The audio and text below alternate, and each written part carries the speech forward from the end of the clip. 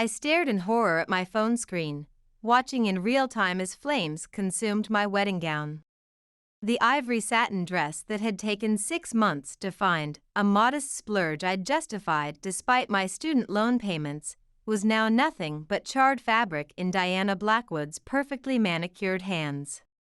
My soon-to-be mother-in-law's face filled my iPhone screen as she broadcast herself on Instagram Live from the bridal preparation room at Cleveland's Grand Pavilion, her expression a mixture of triumph and disgust. "Now you can't marry my son," she declared through the video, her voice trembling with barely contained excitement. "Ethan needs someone from our medical community, not some glorified nurse's aide from a county facility." She adjusted her designer blazer, the one she wore to all her charity galas, and looked directly into the camera with cold satisfaction. "I've just saved the Blackwood family name from being tarnished. My name is Olivia Hayes, and at 28, I never expected to be watching my wedding dress burn via social media 30 minutes before walking down the aisle." My 3 bridesmaids clustered around my phone in shock, their sage green dresses forming a protective circle as my WhatsApp notifications exploded with incoming messages. "Mrs. Blackwood," I typed with surprisingly steady fingers in our one-on-one chat, "you have no idea what you just did." Within seconds, a new message from Diana appeared, "What I did? I saved my son from ruining his career and our family legacy. You think a nursing school certificate and a job wiping elderly patients makes you good enough to be a Blackwood? My Ethan belongs with Heather Pierce. Her father is chief of surgery at Mercy Hospital." I took a screenshot, my nursing training kicking in, document everything in a crisis. Gabrielle, my bridesmaid and fellow nurse, was already opening other windows in the hotel suite, trying to clear the tension that now filled the room like smoke. "The wedding's cancelled," Diana continued in another message, followed by a photo of my burning dress with a dismissive caption. "I'll tell everyone you realized you weren't prepared for our world. Ethan will be upset for a while, but he'll understand when he becomes hospital director someday. Are you certain about that?" I replied, attaching a screen recording of her Instagram Live broadcast. Below it, I pasted the group chat where our wedding guests, many of them medical professionals, were reacting in outrage. The reception hall's large screen that was meant to show our wedding highlights reel was now displaying Diana's live stream, her actions visible to everyone from hospital administrators to my elderly patients who had been invited. Diana's next message came quickly, her typical perfect grammar deteriorating. What is happening?" "Your public announcement," I explained calmly. "The Instagram Live you started is being projected in the ceremony space. We set it up so my patients in the elder care facility and Ethan's young patients who couldn't attend could still participate. It's been running for the past 20 minutes, capturing guests arriving, the medical staff from both our facilities setting up." I paused before sending a final message, "And you burning my wedding dress while explaining why healthcare workers like me are beneath your family. Delete that video now." Diana's frantic message appeared in all caps, followed by a flurry of calls I declined. "This is defamation. You planned this entire setup." Gabrielle quickly added her own message to our group chat, "Mrs. Blackwood, dozens of medical professionals just watched you commit property destruction while expressing your views about caregivers. As a hospital board member and charity director, you might want to consider the implications of your next move." My phone vibrated continuously with incoming messages. Zoe glanced at the notifications and gasped, "It's Ethan. He's sending an SOS to all the medical staff group chat. He's coming to the suite." A new message from Diana appeared, her panic evident in the typos. "This isn't what it looks like. I was just demonstrating the flammability of the fabric. As a patient safety advocate, I was concerned." From the stream of messages flooding my phone, I could see reactions from across the medical community. Dr. Lawrence Blackwood, Ethan's father and the hospital CEO, sat stone-faced in the front row of guests. Several of Ethan's fellow doctors were already rushing toward the building. Most telling were Ethan's own messages, no longer the calm, measured texts of a physician, but urgent, capital-letter declarations of support as he abandoned the altar to sprint toward me. "Olivia," Rebecca whispered, her voice carrying the same gentle tone she used with her pediatric patients, "what are we going to do about the ceremony? Should we tell everyone to leave? Some of your patients came all this way." I looked down at my phone displaying the charred remains of my dream dress, the one I'd saved for months to afford while still making student loan payments. The practical part of my mind, the part that had worked night shifts through nursing school, was already formulating a crisis response plan.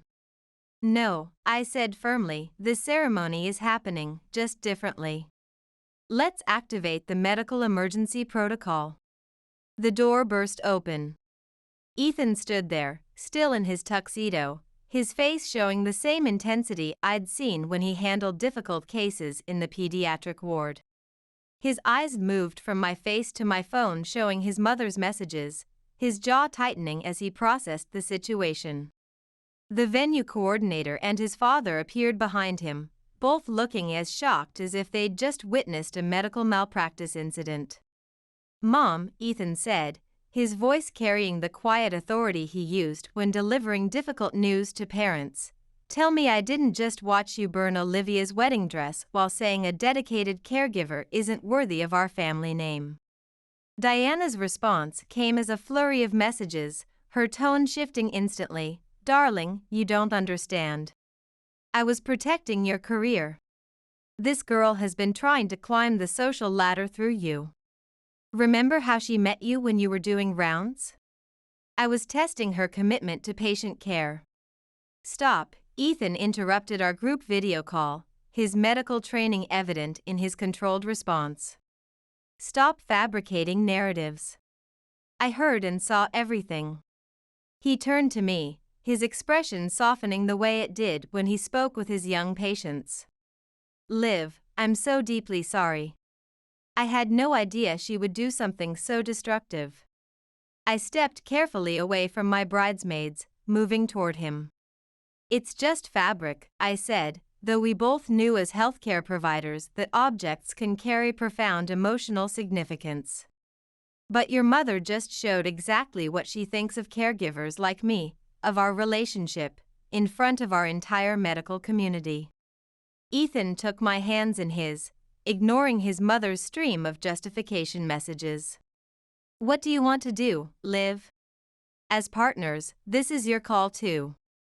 Before I could answer, Dr. Lawrence Blackwood stepped forward, his expression carrying the grave seriousness I'd seen when he addressed hospital staff during crises. "Diana, what have you done?" His voice carried the weight of someone who'd managed medical emergencies for decades, controlled but with an unmistakable edge of authority. "Crisis unfolds, Lawrence, please," Diana pleaded through the video call, her perfectly polished charity director persona cracking under pressure. "You know the Pierces would make a far better alliance for our hospital network. Their family has been part of the medical establishment for generations, unlike Olivia, who merely worked her way up from nursing assistant to become a respected and dedicated caregiver."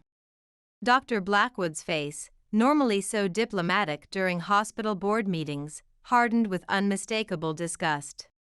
"You've crossed every ethical boundary this time, Diana." My phone continued vibrating with notifications, the medical community buzzing like a hospital during an emergency code. I glanced down to see messages flooding in from colleagues, patients, and healthcare professionals who were watching everything unfold on the live stream. The venue coordinator, herself a former hospital administrator, hovered anxiously in the doorway. "Ms. Hayes," she said with the careful tone used for delivering difficult news, "your guests, especially the elder care patients who made special arrangements to attend, are asking about the situation. Should we make some sort of announcement to the medical community gathered here?" I looked from my phone displaying the evidence of Diana's destruction to my bridesmaids in their sage green dresses, the color we'd chosen to represent healing and care. My mind, trained through years of crisis response in understaffed care facilities, was already formulating a treatment plan for this situation. "Tell them there's been an unexpected complication," I said, using the calm voice I reserved for anxious patients, "but the ceremony will still take place in about 20 minutes. We're implementing our backup protocol." Diana scoffed through the screen, her voice dripping with disdain. "In what? Your nurse's scrubs? You can't possibly expect to." In my contingency dress, I interrupted with the quiet confidence I'd developed handling difficult family members in the care facility. The room fell silent. Ethan looked at me with the same expression he wore when I found creative solutions for his pediatric patients' problems. "You have a backup wedding dress?" I hadn't, of course. But years of working in understaffed healthcare facilities where resources were always scarce had taught me to improvise with whatever was available. "Rebecca," I turned to my bridesmaid who worked in pediatrics with Ethan, "remember that healthcare charity fundraiser photo shoot we volunteered for last month in the Medical Quarterly?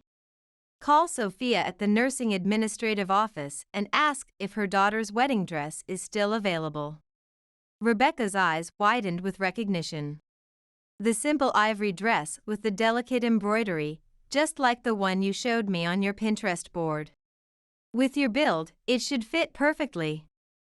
Ethan's father immediately stepped forward, pulling out his phone with the efficiency of a hospital administrator. "I'll have my driver collect it right away. Where exactly is Sophia's house located in relation to the medical center?" As they coordinated the retrieval with the precision of a transplant team, I turned back to Diana, whose face on my screen showed the shock of someone whose manipulations had failed. "Did you really think destroying a dress would stop two healthcare workers who've handled life-and-death emergencies together? After everything Ethan and I have been through during the pandemic and beyond?" "But everyone in the medical community is watching," she hissed, her voice tight with fury. "The hospital board, the donors, everyone saw what happened to that discount dress." "Yes," I agreed, channeling the direct honesty I used with my elderly patients, "they certainly did. And now they'll also witness what happens next." I switched to the group video call where I knew our guests were watching, speaking with the encouraging tone I used with recovering patients. "To all our friends, colleagues, and patients waiting, thank you for your understanding. The ceremony will be slightly delayed, but as healthcare workers, we know that healing and love find a way forward, even when faced with unexpected challenges." A chorus of supportive messages flooded the chat, medical professionals and patients alike showing their solidarity with encouraging words and medical-themed emoji responses. Ethan squeezed my hand, his eyes showing the same pride I'd seen when he watched me calm a frightened patient. "Mother," Ethan said with the firm clarity he used when setting boundaries with difficult patient families, "you need to leave now. Dad will handle the situation from here. Your presence is no longer appropriate at our wedding." Diana's expression contorted with the indignation of someone unaccustomed to consequences. "You would choose this caregiver over your own mother? After everything I've done for your career?" "After what you've done today," Ethan corrected with the precise emphasis of a diagnostician, "there's no other ethical choice." The next 20 minutes unfolded with the organized chaos of a well-coordinated emergency response. While Diana was escorted out by the venue security team, after Dr. Blackwood insisted with the apologetic firmness of a hospital administrator enforcing policy, Sophia from nursing administration arrived with not just one but 3 potential dresses, along with her daughter who insisted on helping. The bridal suite transformed into something resembling a trauma response center, with my bridesmaids, the venue staff, and even some of the female doctors and nurses who'd volunteered their assistance. "This one is perfect." Gabrielle declared with clinical confidence, holding up an elegant, simple ivory dress with subtle lace detailing. It complements your collarbone structure beautifully, and we can have it fitted within the timeframe we have. The venue seamstress, originally scheduled just for minor adjustments, worked with the focus and precision of a surgical team, making swift alterations with safety pins and expert stitches. Meanwhile, Ethan had returned to address our waiting guests, the live stream now positioned toward the ceremony space where medical colleagues and patients were gathered. Today's ceremony had an unexpected complication, he was saying, his voice carrying the steady reassurance that made him excellent with anxious children. But as Olivia and I have learned through our work in healthcare, it's not perfect circumstances that build strong relationships, it's how you respond together when things don't go according to plan. A wave of supportive applause followed his words, the medical community responding with understanding. I smiled as Rebecca adjusted the borrowed veil, feeling a rush of gratitude for my healthcare family. "There," she said with the satisfaction of completing a difficult but successful procedure. "You look absolutely radiant, like the compassionate healer you are." Ceremony preparations. The borrowed dress wasn't what I'd planned to wear when becoming Mrs. Ethan Blackwood, but as I examined my reflection, I realized it embodied everything about my nursing career, simpler, more practical, yet somehow more resilient than my original choice. Like how I'd adapted to challenging situations in healthcare rather than being overwhelmed by them. Dr. Lawrence Blackwood knocked gently on the door with the respectful manner he used when entering patient rooms. His eyes widened appreciatively when he saw me. "Olivia, you look absolutely beautiful." He paused, his expression carrying the gravity of a difficult diagnosis. I want to apologize for Diana's behavior. As a healthcare professional and as a father, I find it completely inexcusable. "You don't need to apologize for her actions, Dr. Blackwood," I replied with the directness I used with my patients' families. "You weren't the one who burned my dress." He nodded with the relief of someone receiving good test results. "Ethan asked me to let you know that everyone's prepared whenever you're ready, and," he added with a warm smile I rarely saw during hospital board meetings, "your supervisor from the elder care facility is here." Apparently, she's documenting everything for what she calls the most inspiring healthcare worker wedding story that will transform caregiver recognition in Cleveland. I laughed softly. Trust Sophia to see a teaching opportunity in crisis. My years in elder care had taught me that the most meaningful patient stories often came from navigating unexpected complications with compassion. The venue coordinator approached with the efficient manner of a charged nurse. "We're ready whenever you are, Ms. Hayes. The musicians have been briefed, and we've adjusted the lighting to highlight your new dress beautifully." "One moment," I said, a patient care plan forming in my mind. "Is the live stream still active for my elderly patients watching from the care facility?"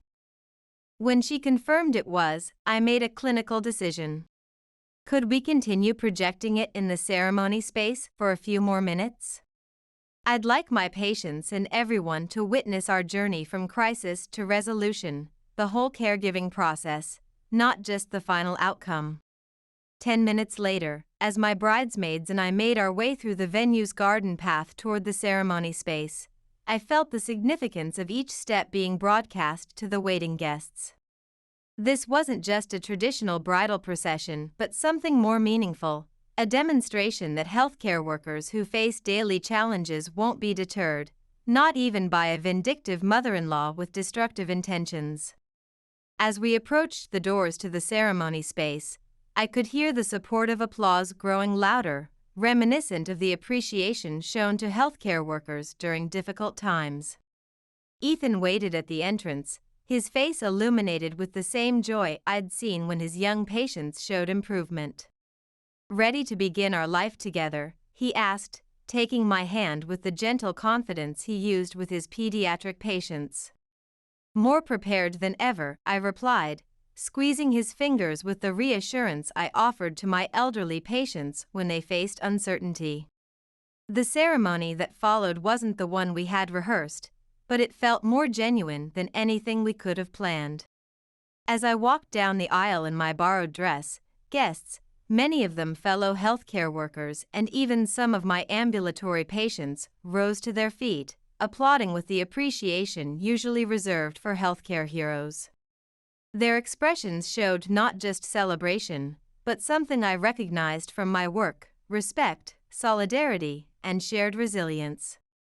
Dr. Blackwood stood proudly in the front row, occasionally glancing at the empty seat where Diana should have been. His eyes met mine briefly, conveying the same silent support I'd seen doctors give nurses during difficult cases. Our officiant, Chaplain Morris, who worked at both our facilities, improvised with the adaptability essential in healthcare. Dearly beloved, he began with practiced warmth, we are gathered here today to witness not just a union, but a triumph of compassion over prejudice. Olivia and Ethan have already demonstrated how they handle a crisis together, with the same grace, resourcefulness, and unwavering dedication they bring to their patients every day. During our vows, Ethan added words that hadn't been in our rehearsal. I promise to stand beside you against anyone who fails to value your work and worth, he said, his voice carrying throughout the room and beyond to those watching the live stream, even if, especially if, that person is from my own family or medical community. When the time came for exchanging rings, a moment of concern crossed Ethan's face. The rings had been with his mother during pre-ceremony preparations. Dr. Blackwood immediately stepped forward, producing the velvet box from his pocket with the preparedness of a surgeon. I took the precaution of securing these earlier, he explained quietly, applying preventative care, as it were. After we were pronounced husband and wife, the celebration that erupted released all the tension that had built up, like the relief following a successful medical intervention. As we walked back down the aisle, I noticed Sophia, my supervisor, recording discreetly from the side. She gave me a thumbs up that managed to be both professionally approving and genuinely emotional. The reception that followed in the venue's elegant ballroom had an atmosphere unlike any medical function I'd attended before. Instead of the usual restrained professional interactions, there was an almost triumphant solidarity in the air. Someone had quickly created a custom social media filter featuring a caduceus intertwined with a phoenix, with our names underneath. Your wedding is trending in healthcare circles online, Gabrielle informed me as we entered the reception. People are using #CaregiversRising and #MedicineMeetsLove. Ethan's medical school roommate, Dr. Andrews, who now worked in healthcare communications, approached with his phone. The medical journal wants a comment. Their community health editor saw the live stream. Apparently her mother is one of Olivia's patients, and they're calling it the most inspirational healthcare worker wedding of the year. Tell them we're grateful for the support of our medical community, Ethan replied, his arm securely around my waist, and that true healing happens when we stand together against prejudice and value every member of the healthcare team. As the evening progressed, I noticed Dr. Blackwood engaged in intense conversations with various hospital board members, his crisis management skills evident in his measured gestures and expressions. Ethan's Aunt Patricia, herself a retired physician, approached our table during dinner, leaning in to speak confidentially. Lawrence is absolutely devastated, she confided. Diana's been escorted home, but she's threatening to withdraw her foundation's support from the pediatric wing if Ethan doesn't reconsider his choices. Lawrence informed her that after today's display, she's the one who needs to worry about her position on the hospital board and charity councils. Ethan squeezed my hand under the table. Dad's always been the ethical compass of the hospital, he said softly. Mom just never realized it because he allowed her to take public credit for his initiatives. As our first dance began, I couldn't help noticing the empty tables near the front of the room, space is reserved for Diana's Charity Foundation colleagues who had quietly disappeared after the incident. In their place, my fellow nurses and care workers had moved forward, filling the void with authentic support. Dr. Blackwood is handling the situation with remarkable professionalism, Sophia observed, approaching us after the dance with 2 glasses of champagne. He's personally thanking everyone for their support while diplomatically making it clear that Diana's enablers won't be missed. Ethan nodded, watching his father navigate the room with new appreciation. I think this is the first time I've seen him publicly prioritize ethics over appearances, he reflected. 30 years of marriage, and today was when he finally drew a clear boundary. The wedding photographer, originally hired by Diana, approached us with professional caution. Mrs. Blackwood, the younger Mrs. Blackwood, she clarified with a warm smile, I've captured some powerful moments today, but I wanted to consult you about the dress incident. Some of the healthcare staff took photos. Would you prefer I request they maintain privacy protocols? I exchanged glances with Ethan before answering with the honesty I valued in patient care. Actually, I believe transparency is the healthiest approach. This is part of our story now, and perhaps it can help others. As if confirming my assessment, my phone vibrated with a notification. The recorded clip of Diana's Instagram Live had already garnered over 20,000 views on a local healthcare network page. The comments section overflowed with support, interspersed with stories from other healthcare workers who had faced discrimination and classism.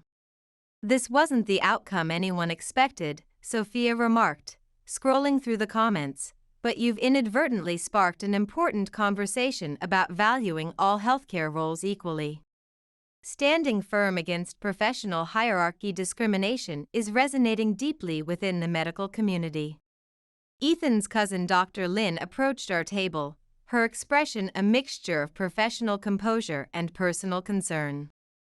I want you both to know that the majority of medical staff in the family reject Aunt Diana's attitudes completely, she stated firmly. Most of us believe she violated not just social boundaries, but the core ethical principles of healthcare. After the reception, thank you, Dr. Lynn, I replied, genuinely moved by her support. That means more than you know. As the evening progressed, Ethan received a text message from his father.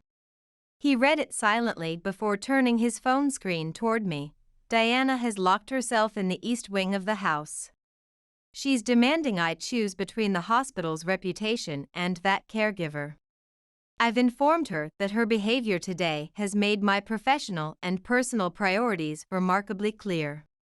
We'll discuss restructuring the foundation's leadership when you return from your honeymoon. Immensely proud of you both. Dad, are you all right? I asked Ethan softly, studying his face with the careful assessment I used with my patients when delivering difficult news. I'm actually better than all right, he replied, squeezing my hand with the gentle firmness he used to reassure anxious children. For years, I've watched Mom undermine Dad's medical ethics, dismiss your profession, and manipulate every healthcare initiative to boost her social status. Today, she finally revealed her true priorities to the entire medical community, not just to us. It feels like removing a compression bandage that was too tight. As the reception continued, I observed something remarkable occurring, the kind of positive change I sometimes witnessed in my care facility when a toxic influence was removed. Guests who had been professionally stiff and hierarchical at the beginning, Diana's hospital board contacts and charity circle, were now engaging more genuinely with my nursing colleagues and care assistants. Without Diana's watchful enforcement, the artificial barriers between different levels of healthcare workers were dissolving. The venue coordinator approached with the warm smile usually reserved for delivering good news to patients. There's something special you should see. She guided us to the entrance of the ballroom where, prominently displayed on a medical presentation easel, was a large frame filled with dozens of handwritten notes. The heading read, "Messages of Healing and Solidarity for Olivia and Ethan, Where Medicine Meets Love." "Your fellow healthcare workers organized this," she explained. They asked guests to share messages of professional support and personal encouragement after what happened. 1 week into our honeymoon at a beachside resort, the ripple effects of what had transpired at our wedding continued to unfold. Ethan and I sat on our private balcony overlooking the turquoise ocean, scrolling through messages during our daily check-in with the medical world back home. "Dad says Mom's staying with her sister at the Mayo Clinic," Ethan said, setting down his phone with the careful neutrality he maintained when discussing difficult family members with patients. "Apparently, Aunt Caroline is the only board-certified professional who still accepts her version of events, that she was demonstrating fabric safety standards and everyone misinterpreted her intentions." I smiled with the gentle skepticism I'd developed working with patients in denial. Difficult to misinterpret someone declaring, "Now you can't marry my son," while live streaming herself destroying property. The medical community had embraced our story wholeheartedly. What began as a shocking incident at a doctor-nurse wedding had evolved into a meaningful conversation about professional respect across healthcare roles and maintaining ethical boundaries in medical families. Several healthcare publications had requested interviews about bridging the hierarchical gaps in medicine. Sophia says the elder care facility has received 3 new partnership proposals specifically requesting the team with the Healthcare Phoenix. I laughed, showing Ethan the message on my tablet. "She wants to know if we'd consider speaking at the Caregivers Recognition Symposium when we return." Ethan took my hand, his thumb gently tracing my new wedding band in the soothing circular motion he used when calming anxious patients. "Only if you feel comfortable with it. We can maintain our privacy if you'd prefer." I thought about the numerous messages we'd received from other healthcare couples facing similar challenges with professional hierarchies and family disapproval. Perhaps our experience could provide a therapeutic example for others. Not the traditional beginning I imagined for our marriage, I reflected, but far more authentic, Ethan finished, completing my thought with the synchronicity we'd developed working crisis situations together. Just like us. 3 months after our wedding, Ethan and I attended the Blackwood Medical Foundation's annual benefit gala, our first official public appearance since returning from our honeymoon. The event, previously dominated by Diana's social networking agenda, had been completely reimagined under Dr. Lawrence Blackwood's direction. "Feeling anxious?" Ethan asked with the perceptiveness of a good diagnostician as our car approached the Cleveland Medical Center's new community outreach building. "A bit," I admitted, smoothing the emerald green evening gown that Sophia's daughter had designed for me. She had transformed our wedding story into a successful line promoting diversity in healthcare with the tagline "Valued Care, Valued Careers." Inside, the atmosphere had undergone a remarkable transformation from previous years. The rigid hierarchy had been replaced with collaborative energy. Dr. Blackwood welcomed us at the entrance, looking revitalized without Diana's controlling influence, like a patient freed from chronic pain. "Here they are," he announced warmly, embracing us both with genuine affection. "The couple who inspired our foundation's most important initiative yet." He guided us toward an interactive display showcasing the Blackwood Medical Foundation's newest program, Caregiver Rising Scholarships and Grants, supporting the full spectrum of healthcare heroes. The foundation's new logo subtly incorporated a phoenix alongside the traditional medical caduceus. "We've already approved funding for 15 caregivers," Dr. Blackwood explained with evident satisfaction, each one advancing their education or developing innovative patient care protocols. As we mingled with attendees, I noticed how Diana's absence had transformed the guest list. Gone were the status-conscious hospital donors and social climbers, replaced by diverse healthcare professionals genuinely passionate about patient care and medical education. Mrs. Blackwood, a young woman in nursing scrubs, approached, introducing herself as one of the scholarship recipients. Your wedding story gave me the courage to speak up about the hierarchical barriers in my hospital unit. Now I'm developing a cross-discipline communication protocol that's improving patient outcomes. Later that evening, as Ethan and I shared a quiet moment in the medical center's healing garden, he received a text message.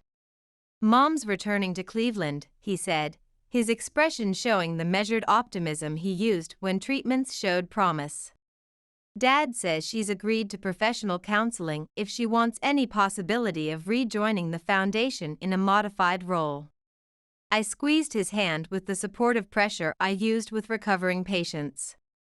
"Whatever develops with your parents, we'll navigate it together, just like we managed the wedding crisis." He smiled, drawing me close with the gentle certainty that made him excellent with frightened children. Some flames are meant to destroy. Others illuminate what truly cannot be broken, like the bond between people who heal together. The text message from my mother read, "Darling, please come over at 7. We need to celebrate Owen's graduation as a family." I stared at those words, my stomach twisting into a familiar knot of anxiety. At 32 years old, I'd learned that vague invitations from Camilla usually concealed an agenda that would leave me feeling drained, both emotionally and financially. My name is Eliza, and I've somehow become the family fixer, the one who covers my brother's medical school tuition when he fails another semester, who paid off my father's medical research investments that were actually gambling debts, and who still sends money for my mother's credit card bills. All this while struggling to maintain my position as nursing home administrator, a career my family considers beneath them, but one I'm genuinely proud of, even if I rarely say so aloud. I glanced at my watch, already 6:45 p.m. The evening shift handover at Sunnydale Care Home had run late, as 3 residents needed special attention. I debated texting Tessa, my best friend and colleague in physical therapy, but decided against it. She'd only tell me what I already knew, that I should stand up to my family. Instead, I quickly typed a response to my mother, "I'll be there by 7:15. Long day at work." Her reply was immediate, "Try to be prompt. This is important for your brother. Important for Owen." Of course. My younger brother who, despite being 27, was still being treated like the golden child of the family. The one who'd followed our father's footsteps into medicine, or was at least supposed to be. I knew the truth. He'd been repeating his 3rd year of medical school, a fact my parents conveniently omitted from family conversations. I checked my appearance in the rearview mirror as I pulled up to their suburban home at exactly 7:12 p.m., late enough to assert some independence, but not so late as to trigger one of my mother's dramatic episodes about disrespect. Through the bay windows, I could see figures moving about, caught snippets of conversation. Apparently, the family celebration was larger than I'd been told. My chest tightened with a familiar sense of foreboding. Taking a deep breath that did little to calm my nerves, I rang the doorbell. The door swung open almost immediately, and there stood Camilla, her hair perfectly styled as always, wearing an expensive blouse I recognized from a designer catalog I'd recycled at her house last month. Her smile, that particular one that never quite reached her eyes, told me everything I needed to know. "There's our nursing supervisor," she announced loudly as I stepped inside, emphasizing my title in a way that somehow made it sound less than it was. "Everyone, Eliza's finally arrived." Surprise! The chorus of voices hit me from all directions as family members emerged from the dining room and living area, aunts, uncles, cousins I barely recognized, all wearing eerily similar expressions of polite interest that didn't match the intensity in their eyes. Wow. I managed, forcing my face into an expression of pleasant surprise I'd mastered over years of such ambushes. "I thought this was just a small family dinner for Owen." Nothing's too small when celebrating academic excellence, Camilla said, pulling me into a hug that smelled of expensive perfume and lingered uncomfortably long. Our future doctor deserves the best, and we wanted everyone to share in his success. I caught Owen's eye across the room. He was standing awkwardly by the fireplace, a half-empty glass of champagne in his hand, looking like he wanted to disappear. The strain in his smile told me everything. He hadn't graduated at all. This was another of my parents' elaborate fictions. "Congratulations, Owen," I called out, playing along as I always did. "Such an achievement." "Victor, get Eliza a drink," Camilla commanded. My father appeared with surprising speed for a man of 62, holding a glass of white wine. "Here you go, princess," he said, handing me the glass. "Your favorite Pinot Grigio." I'd told him at least a dozen times that I preferred red wine. White gave me headaches. But correcting him would only lead to a lecture about my sensitive system and how I should have gone to medical school to better understand my own body's reactions. That's when I noticed it, a formal-looking document placed conspicuously on the coffee table, its corner peeking out from beneath a medical journal. My stomach dropped. "Come sit, Eliza," Camilla steered me toward the couch with a firm hand on my back. "Everyone's here to celebrate Owen's milestone." I scanned the room, noting the artificial smiles, the calculating gazes. The only genuine face belonged to Tessa, who was somehow present despite not having been mentioned in any of the communications. Her slight head shake confirmed my suspicions she'd been ambushed too. "Before we bring out the cake," Camilla announced, her voice carrying that rehearsed quality I knew too well, "we thought we'd start with some presents for our medical graduate. And a little something to discuss as a family." Victor moved forward, smoothly sliding the medical journal aside to reveal the document underneath. My pulse quickened as I recognized official letterhead. "What's this?" I asked, struggling to keep my voice even. "Oh, just some paperwork regarding Grandma Harriet's estate and her care facility investments," Camilla said with practiced casualness. "Nothing to worry about. We can deal with it after the celebration." But my eyes had already caught the title, Nursing Home Ownership Transfer Agreement. I picked it up, the paper feeling unexpectedly heavy in my hands. "Actually," I said, meeting Camilla's gaze directly, "since it involves Grandma's care facilities, including the one I manage, maybe we should look at this now, while everyone's here." Camilla's perfect smile faltered for just a moment, her eyes flashing with something between anger and panic. "No, no, darling," she said, her voice rising slightly. "This is Owen's night. Victor, open the champagne for everyone." "Mom," I said firmly, "you know I prefer to understand business matters before celebrations, especially when they involve my workplace." I began to open the folder, watching her face carefully, noting the quick glances she exchanged with my father. "Eliza," she snapped, then quickly softened her tone when heads turned our way, "it's your brother's celebration. Don't you want to enjoy his special moment without bringing work into it?" Owen suddenly spoke up from across the room, his voice uncharacteristically unsteady. "Maybe we should just, Owen." Camilla cut him off sharply, her tone leaving no room for discussion. The look of defeat that crossed my brother's face sent a wave of protective anger through me. I stood up, document firmly in hand. "What exactly am I looking at here?" I asked, my voice steadier than I felt. The room fell into an uncomfortable silence, the kind that seems to suck all the oxygen out of the air. Camilla and Victor exchanged a look, and I could practically see them reformulating their approach. "It's just a formality, really," Victor said, his voice adopting that smooth, doctor-patient tone he'd perfected over decades. "Something the lawyers need for the proper management of your grandmother's care facilities. Nothing that can't wait until after the celebration." Then why bring it to what's supposed to be Owen's graduation party? I pressed. Why not discuss it at a proper meeting? Camilla laughed, a high, brittle sound that set my teeth on edge. Why are you being so suspicious, darling? Can't we just celebrate your brother's accomplishment?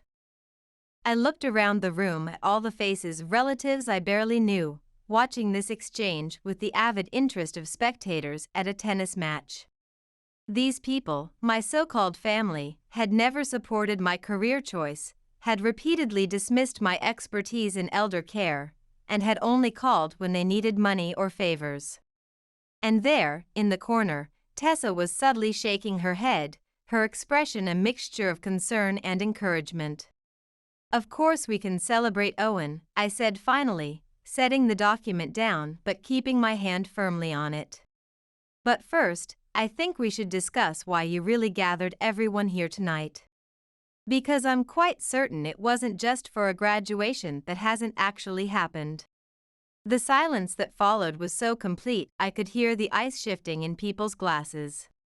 Camilla's carefully constructed smile cracked just enough to reveal the desperation beneath, and I knew in that moment that whatever this document contained would change everything between us. Eliza, darling, she began, reaching for the papers with manicured fingers, let's not make a scene. This isn't the place. I pulled the document closer to me, my heart pounding against my ribs but my voice remaining steady. Oh, Mom, I think you made it the place when you brought these papers to this fabricated celebration. A toast. Victor's voice suddenly boomed across the room, his doctor's authority on full display as he attempted to diffuse the tension. To my brilliant children, Owen on his path to medical greatness, and Eliza, who's always been so practical about these matters. I watched him raise his glass, noticing how his hand trembled slightly, the way it had after his medical license had been temporarily suspended 5 years ago. The document sat heavy in my lap as everyone mechanically lifted their drinks. To Eliza and Owen, they echoed in hollow chorus. I noticed how they'd paired our names together, as if my brother's imaginary accomplishment somehow made my actual career more acceptable. Camilla swooped in with practiced grace, placing 2 gift boxes on the coffee table, one large, elegantly wrapped package with Owen's name, and a small, crudely wrapped parcel with mine. Presents first, then cake, she announced, her voice artificially bright. Owen, darling, this is from your father and me. For your new journey as a doctor. Owen hesitantly unwrapped the large box, revealing an expensive, professional-grade stethoscope and a Rolex watch that must have cost thousands. Wow, he said, his voice strained. This is really something. Thank you. Only the best for our doctor, Victor beamed, clapping him on the shoulder. You've earned it. Then Camilla pushed the small package toward me. And this is for our nursing supervisor. I made it myself. The room watched as I unwrapped the package, finding inside a clumsily assembled nurse kit, a plastic thermometer, a roll of gauze, and what appeared to be a second-hand nurse's cap, the kind not actually used in decades. The condescension was so palpable I could almost taste it. Since you didn't become a real doctor, Camilla added with a laugh that several relatives echoed, I thought you might appreciate something that celebrates your choice. The emphasis on choice made it clear she considered it a failure.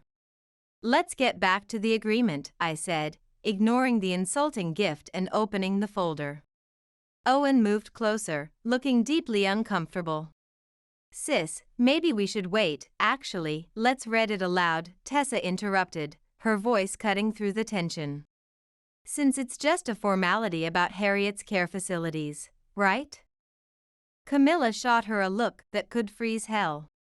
I scanned the document, my nursing administrator's experience with legal paperwork helping me quickly understand its implications. This is asking me to transfer management control of Sunnydale Care Home to you and Dad? I looked up, genuinely shocked. The facility I've been running successfully for 3 years? It's not like that. Victor jumped in, his authoritative doctor's voice on full display. Your grandmother left specific instructions about proper medical oversight of her care facilities. Medical oversight? I repeated, feeling my face flush with anger. So this is about my lack of a medical degree? Is that why we're pretending Owen graduated tonight? Aunt Margaret suddenly became very interested in her wine glass. Uncle Pete checked his phone. The cousins shifted uncomfortably in their seats. We're family, Camilla said, her voice taking on that guilt-inducing tone she'd perfected over decades. And family looks out for each other. Your father has the medical expertise these facilities need, and you know that. Like the medical expertise he used when he lost his license for negligence? The words escaped before I could stop them. Victor's face paled. Or like how you've looked out for me by taking the money I lent for Owen's tuition when he failed his classes? Or when you took the checks I sent for Dad's research that went straight to his gambling debts? The room grew painfully quiet. Even the ice in the glasses seemed to stop clinking. That's different, Camilla snapped, her mask of civility slipping. We're your parents. We paid for your nursing school when you couldn't get into medical school. I never wanted to go to medical school, I corrected her, my voice steady despite the emotions churning inside me. And now you want to take Grandma Harriet's care homes too, the places I've worked night and day to improve since she trusted me with them. Owen stepped forward, looking miserable. Eliza, please, just sign it. They won't stop until you do. They've been planning this for weeks. Is that why you're here, Owen? To convince me? I asked, suddenly seeing the manipulation clearly. He couldn't meet my eyes. They said it would sound better coming from me. Of course they did. I stood up, still clutching the document. How long have you all been planning this? Creating this fake graduation party as a cover? Nobody's manipulating anyone. Victor protested, but his voice lacked conviction. We're celebrating Owen's academic progress. He hasn't graduated. I finally said it out loud. He's failed his third year twice. Owen flinched as if I'd struck him, but I couldn't stop. And my birthday isn't until next month, so this clearly isn't for me either. Camilla's composure fractured completely. Just sign the damn paper, Eliza. Stop being so difficult. A mere nursing supervisor has no business running medical facilities. Difficult? I laughed, the sound coming out harsher than I intended. Is that what you call refusing to hand over what Grandma Harriet entrusted to me? You ungrateful little, Camilla caught herself, glancing around at the relatives, then plastered on another smile. Darling, you're making everyone uncomfortable. Good. I turned to address the room. Did all of you know about this? Were you all brought here to pressure me? The uncomfortable shifting and averted gazes were answer enough. Tessa stood up, her expression fierce. I certainly didn't know, and this is absolutely revolting. Stay out of this, Camilla hissed. This is family business. Family? I scoffed, feeling years of suppressed anger finally breaking free. Is that what you call this group of enablers who've watched you exploit me for years? Victor stepped forward, attempting his authoritative doctor voice. Princess, your mother and I have discussed this thoroughly. It's for the best. You don't have the medical expertise, the best for whom, Dad? Your gambling buddies? Or is it for your ego, since you can't practice medicine legally anymore? His face flushed a dangerous red. That's enough. No, it's not nearly enough. I stood up, clutching the document firmly. For years, I've let you belittle my career, drain my bank account, and manipulate me with guilt. But Grandma Harriet trusted me with her care facilities because she saw what I built there without a medical degree. I tore the agreement in half, then in quarters, the sound of ripping paper cutting through the stunned silence. "This is what I think of your agreement." "You stupid girl!" Camilla shrieked, lunging forward to grab the torn pieces. "Do you have any idea what you've done?" "Your father's expertise. My father hasn't legally practiced medicine in 5 years," I said, letting the torn papers fall to the floor. "And Grandma Harriet made me administrator for a reason. I know exactly what I'm doing." I'm finally standing up for myself.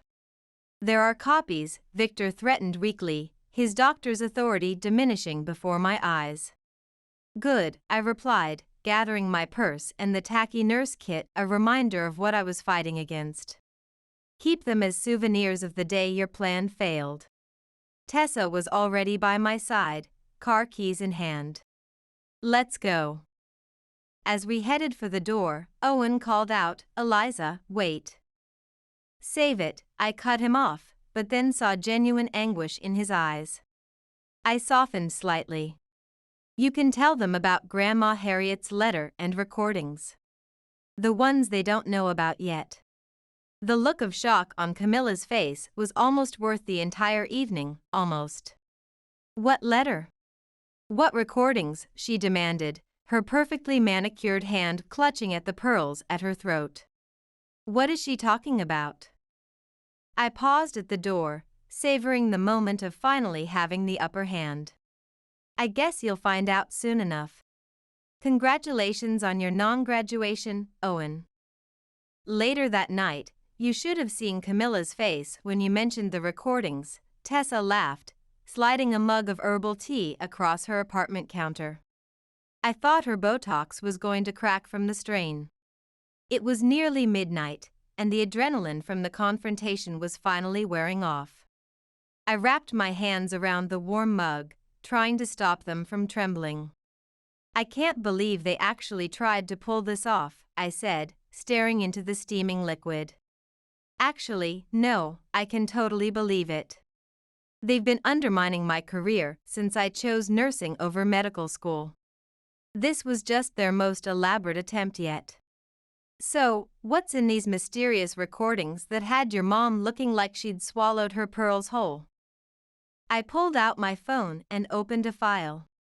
Grandma Harriet sent me these letters and recordings through her lawyer 2 days before she passed away.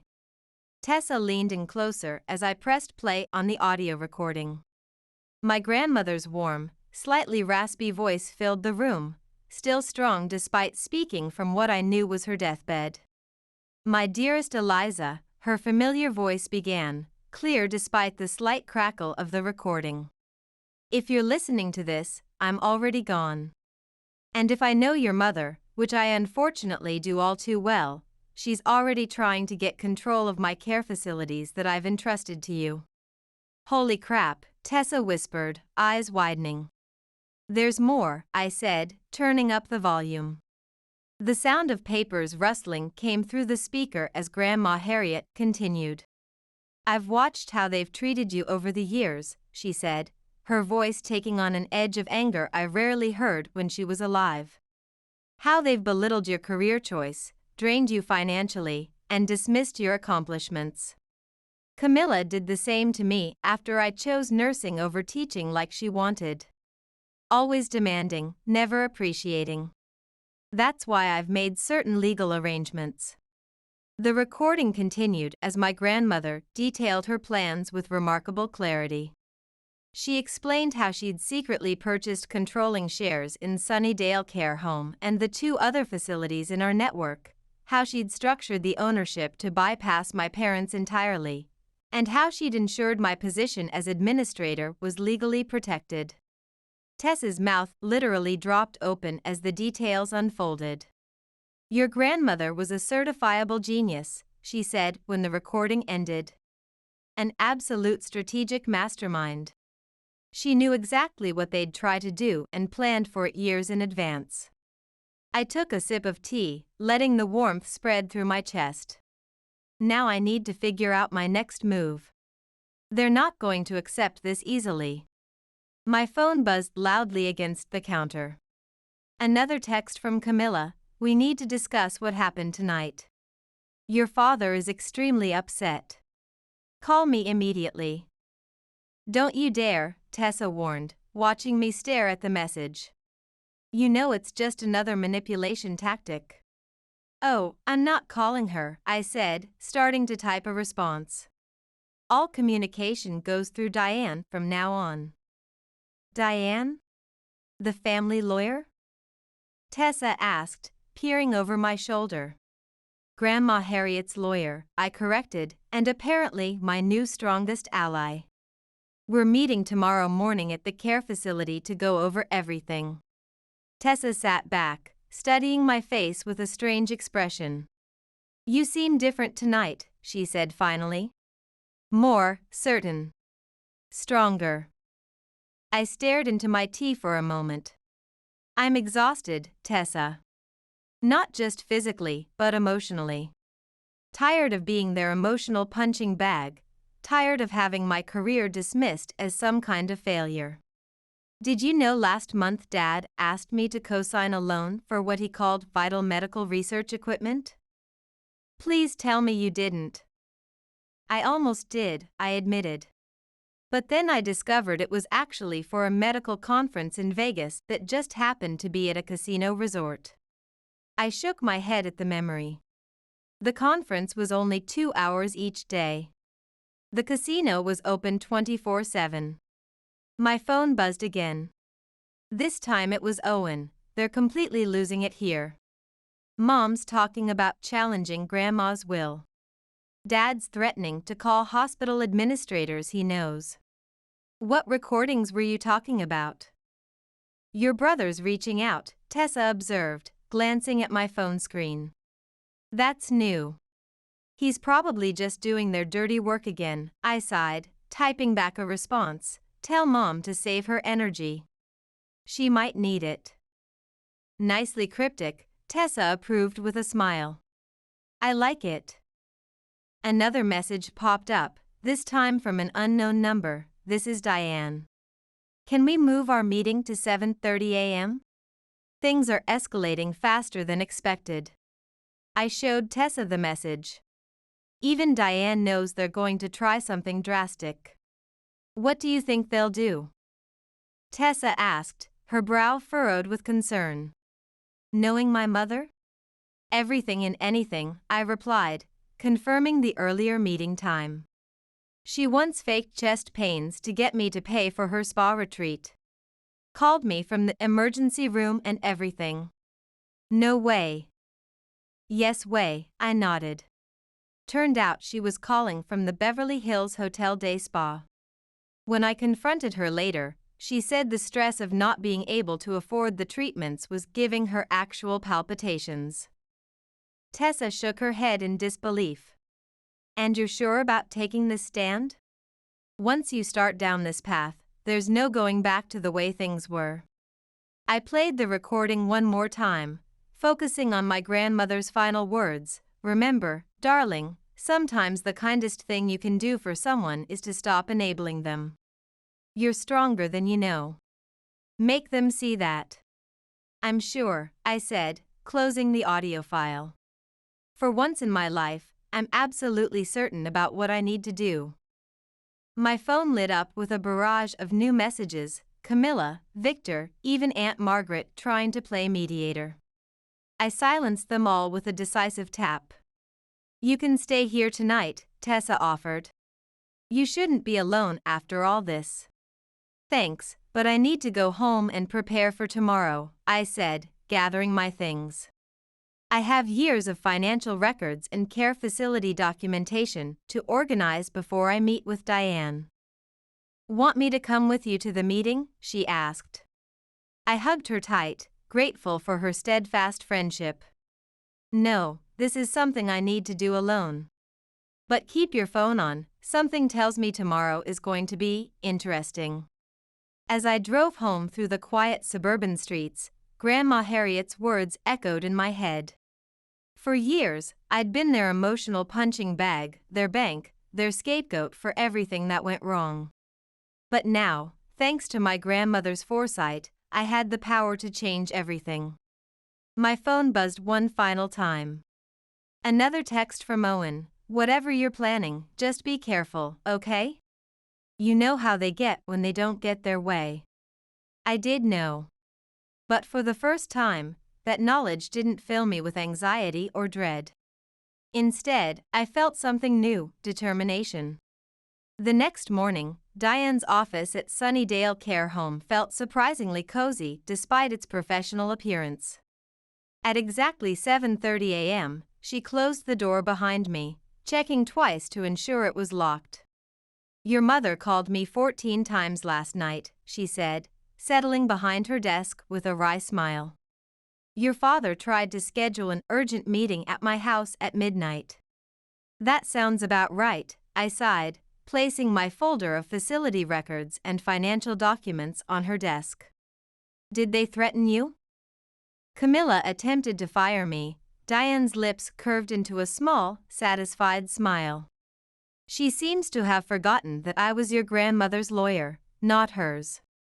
"Classic Camilla," I said, leaning forward. "So, what's our next move?" Diane pulled out a thick file folder, the edges neat but well worn. "Your grandmother was incredibly meticulous in her planning. She knew exactly what your parents would try to do. The recordings and letters were just the beginning, weren't they? Harriet recorded those as insurance," Diane continued, "but the real protection is in the terms of her legal arrangements for the care facilities." Diane opened the file. "Have you listened to all the recordings yet?" "Not yet," I admitted. "I only played the first few minutes with Tessa." "Listen to this one now. All of it." I pulled out my phone and played the next recording I hadn't heard yet. Grandma Harriet's voice came through, sounding more businesslike than in the previous recording. "Eliza, my dear, here's what I've done," she began. "The ownership of all 3 care facilities is structured in a way that makes it impossible for Camilla or Victor to gain control, even through you. The facilities are legally under a management trust with very specific conditions." Diane paused the recording. "This is where it gets interesting." "The conditions?" I asked, leaning forward. "Your grandmother stipulated that the care facilities can only be operated under 3 specific guidelines," Diane explained. "First, they must maintain their current mission of affordable, high-quality elder care. Second, all major decisions must be approved by a board that includes at least 3 current residents. And third, this is the key part, management can only be entrusted to someone with at least 5 years of direct elder care experience, not just administrative or medical credentials." I sat back, stunned. She thought of everything.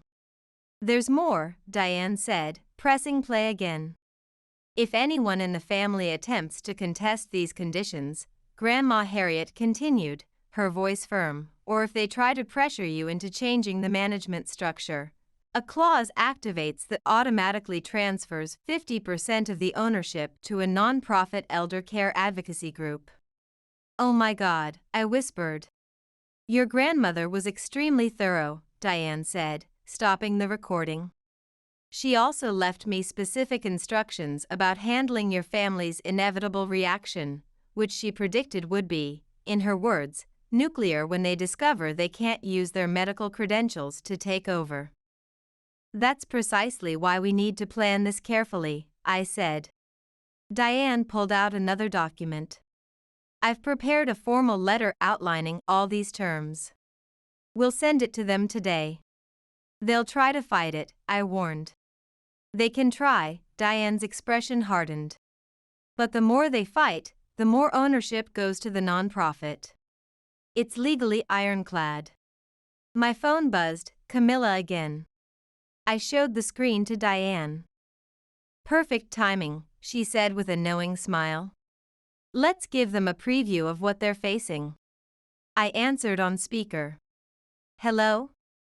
"Don't you hello me. Where are you?"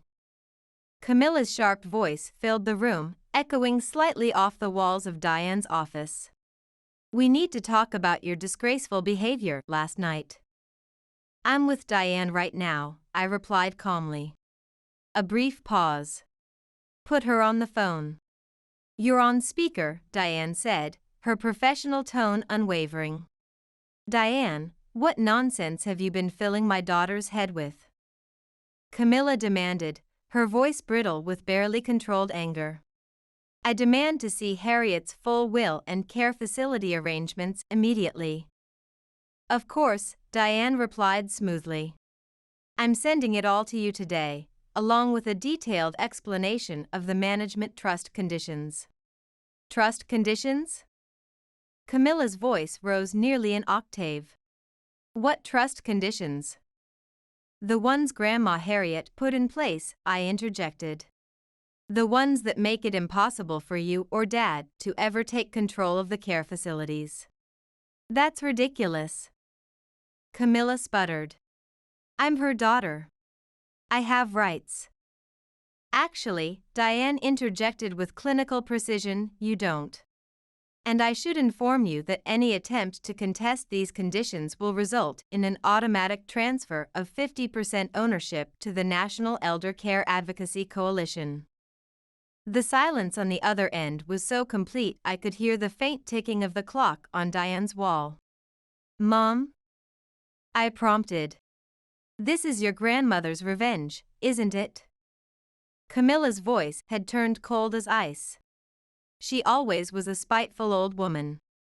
"No, Mom," I replied firmly. "This is her protection for me." "Protection?" She laughed bitterly.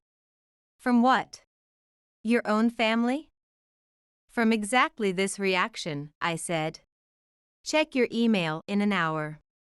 Everything will be explained in Diane's letter."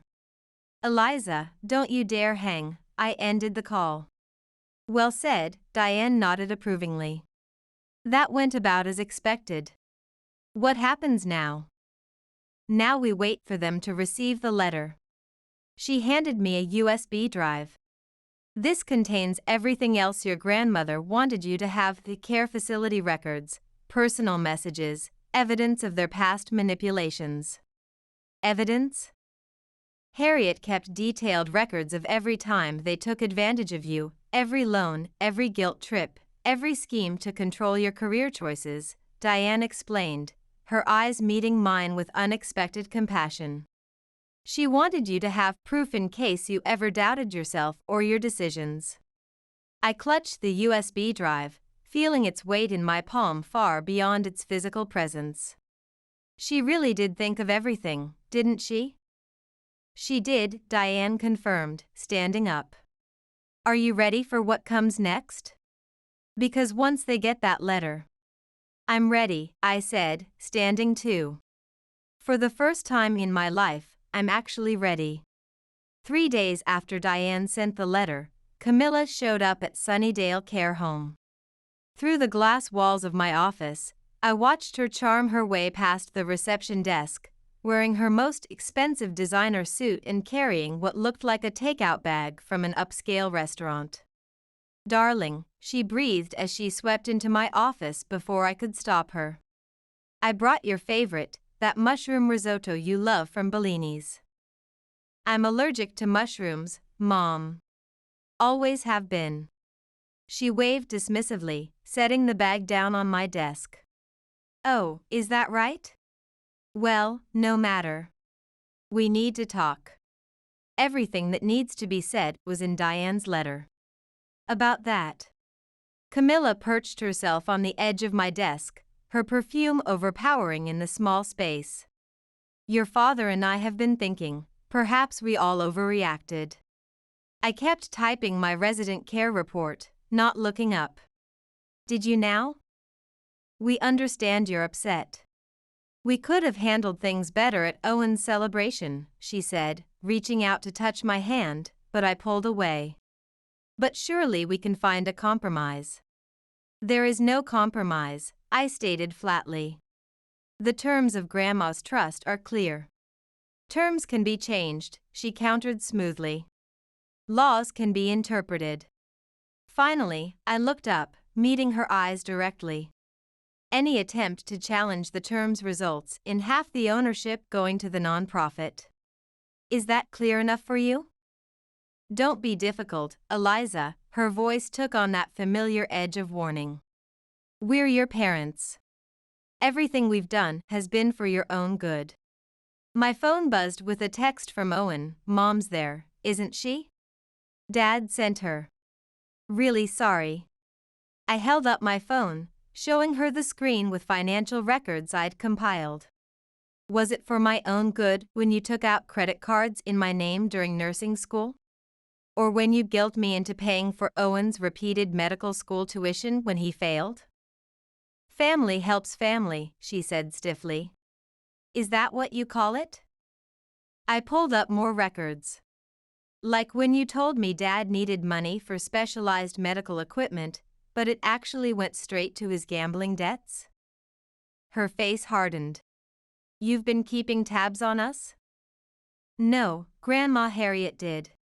She kept every receipt, every bank statement, every desperate voicemail you left me asking for money. That interfering she caught herself. Your grandmother didn't understand our family dynamic. Your family dynamic? I laughed without humor. You mean where I'm the ATM and you're the perpetual withdrawer? Camilla stood up, smoothing her expensive skirt with manicured hands. I can see you're not in a reasonable mood today. But think about this carefully, darling. Do you really want to destroy our family over some nursing homes? You already did that, Mom. Years ago. Don't be dramatic, she snapped, pulling out an envelope from her designer purse. Your father had our lawyer draw up a new agreement. Something that benefits everyone. I didn't touch the envelope. Did you not understand the letter?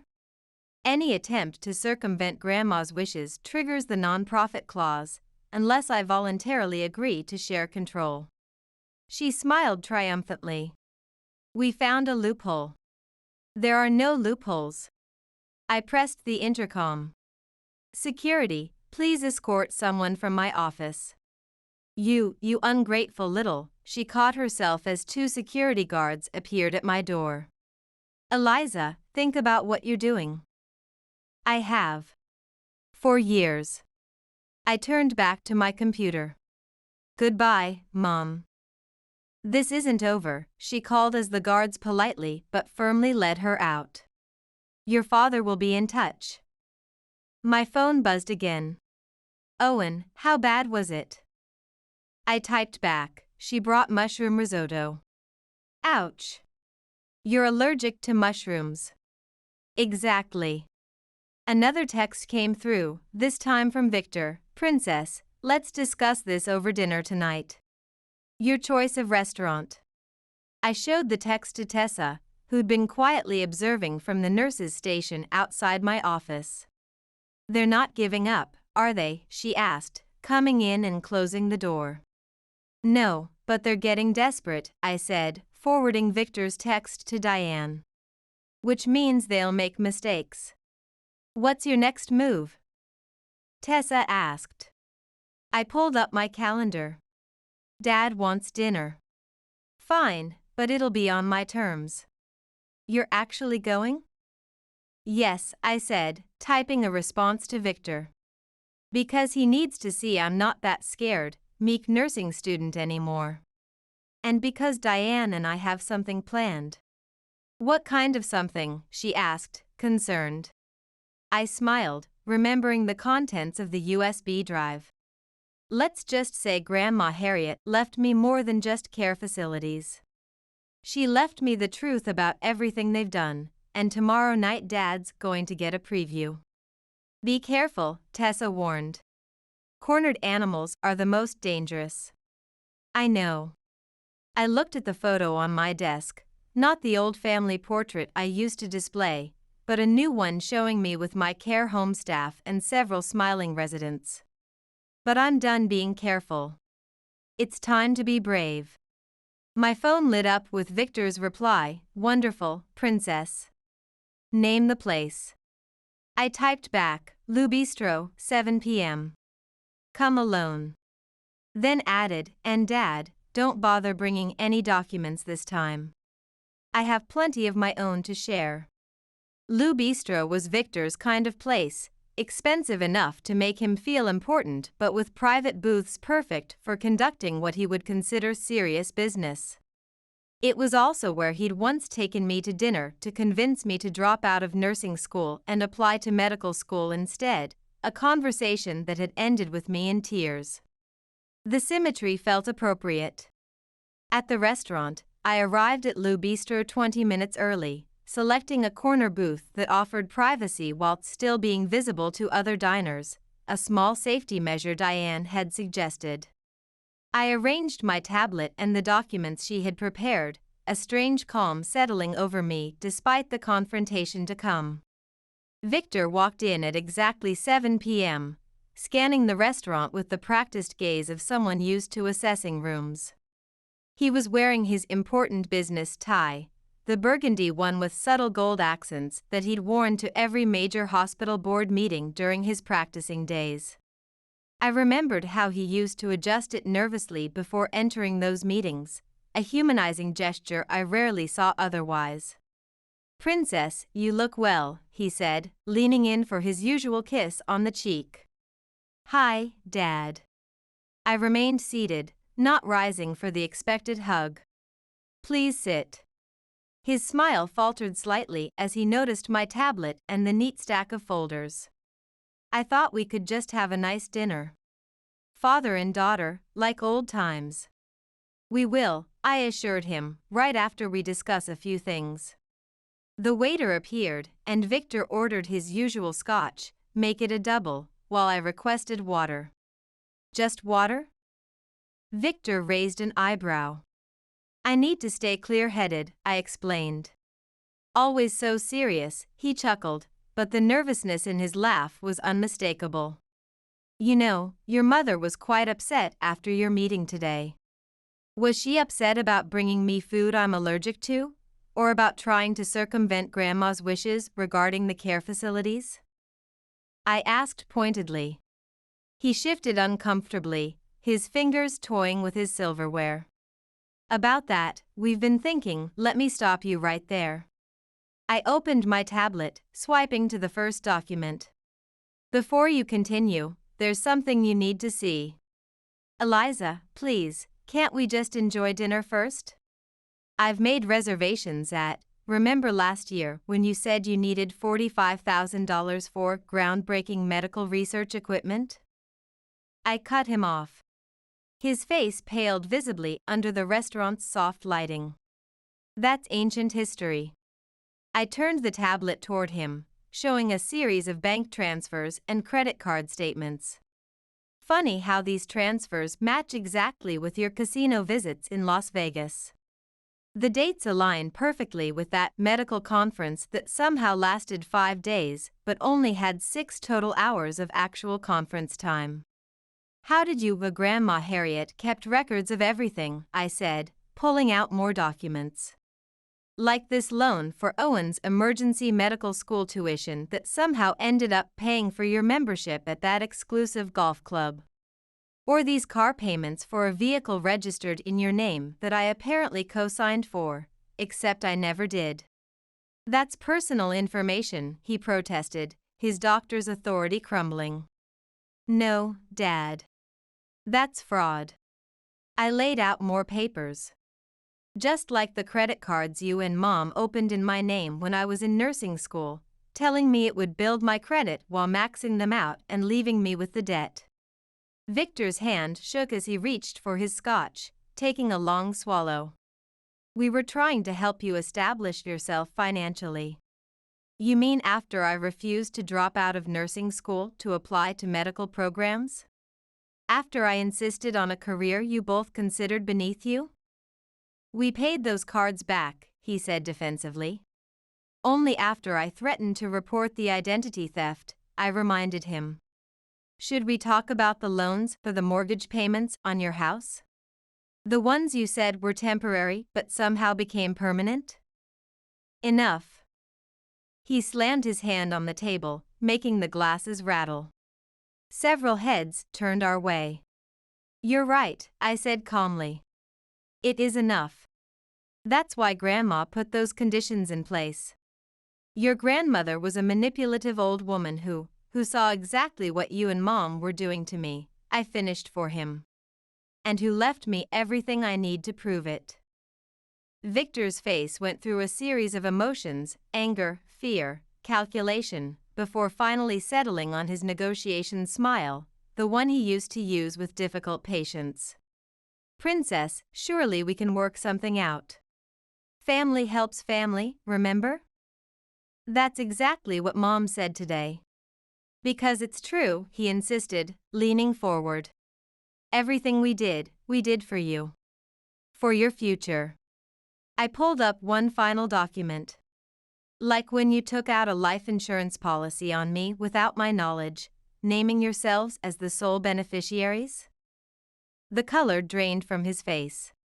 "That's not." "I can explain." "Save it." I closed the tablet decisively. "Here's what's going to happen. You and Mom are going to stop trying to get around Grandma's conditions. No more surprise visits, no more legal loopholes, no more guilt trips." "Or what?" "Or all these documents go to the State Medical Board and the FBI's Financial Crimes Division." I met his eyes steadily. "Diane has already prepared the package." He sat back, suddenly looking every one of his 62 years. "You'd do that to your own father? You did this to yourself, Dad. You and Mom both." The waiter returned to take our order, but Victor waved him away. "I've lost my appetite," he muttered. "That's fine. I have dinner plans with Tessa anyway." I started packing up my things. "Oh, and one more thing. I'm donating 20% of Grandma's trust to support elder care education programs for nursing assistants. Consider it your contribution to improving the career you've always looked down on." "Camilla will never accept this." "Camilla doesn't have a choice." I stood up.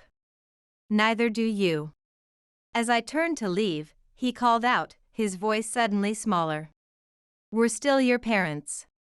I looked back at him, seeing not the intimidating former physician of my childhood but a desperate man who'd lost his last play. "Yes, you are," I said softly. "That's what makes this so sad."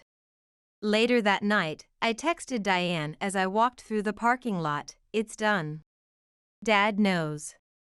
Her reply came quickly, "Camilla's already called 3 times. Are you ready for tomorrow?" I thought about the final phase of our plan, the family meeting where everything would come to a head. "Ready as I'll ever be," I typed back. "Is the presentation prepared?" I asked. "Everything's in place," she wrote. "Tomorrow at 2 p.m., they'll all learn exactly what Harriet had planned." I got into my car, catching a glimpse of Victor still sitting in the restaurant, staring into his empty Scotch glass. "See you tomorrow," I texted Diane. Time to end this once and for all. The next day, Diane's conference room at Sunnydale Care Home felt smaller with my entire family crammed inside. Camilla sat rigidly at one end of the table, her perfect posture a counterpoint to Victor's slumped shoulders beside her. He was still nursing what looked like a hangover from last night. Owen had chosen a seat halfway between them and me, like he couldn't decide whose side to take. "Let's begin," Diane said, closing the door with a decisive click. "We're here to discuss the final terms of Harriet's Care Facility Trust." "We're here," Camilla interrupted sharply, "because my daughter has lost her mind." "Actually," I pressed a button on the remote control, "we're here to watch something." The lights dimmed, and Grandma Harriet's face appeared on the wall screen, larger than life. Her silver hair was pulled back in her characteristic no-nonsense bun, her eyes clear and determined despite being filmed in her final weeks. "If you're watching this," she began, "it means my family has done exactly what I expected them to do." Camilla stood up abruptly. I don't have to listen to this nonsense.